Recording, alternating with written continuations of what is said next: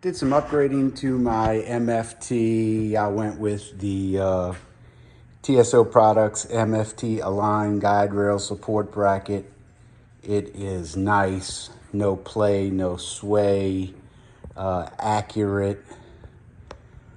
But I also added these Precision Dog anchor dogs instead of using the supplied MFT adjustable fence hold down, and this is great too. About 37 bucks. Anchors down into the table. There's screws underneath with some knobs that tie it down securely. No deflection in your fence. Have it up here, so really it only requires two, and it is solid. Did not have to make any adjustments because of course it's using your 20mm dog holes that already come with the table. The only adjustment I had to do is once I drop down my rail, since the MFT aligned TSO system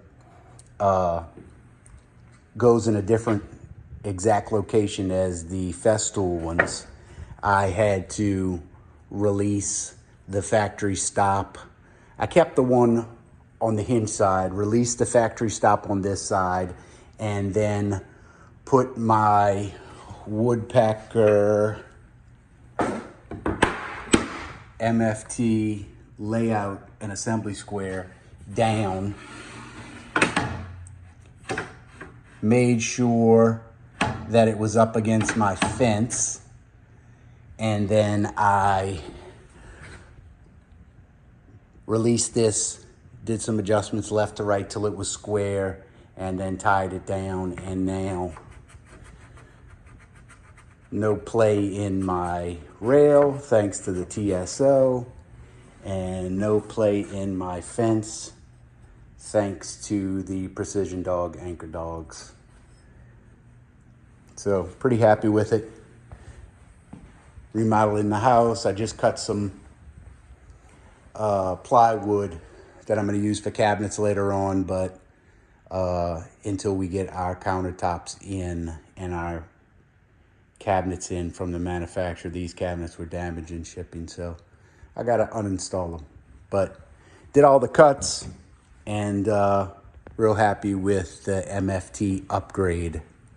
And, you know, I think about, you know, when I buy something, after I buy something, it seems that I find more things out, even though I do tons of research before I buy something.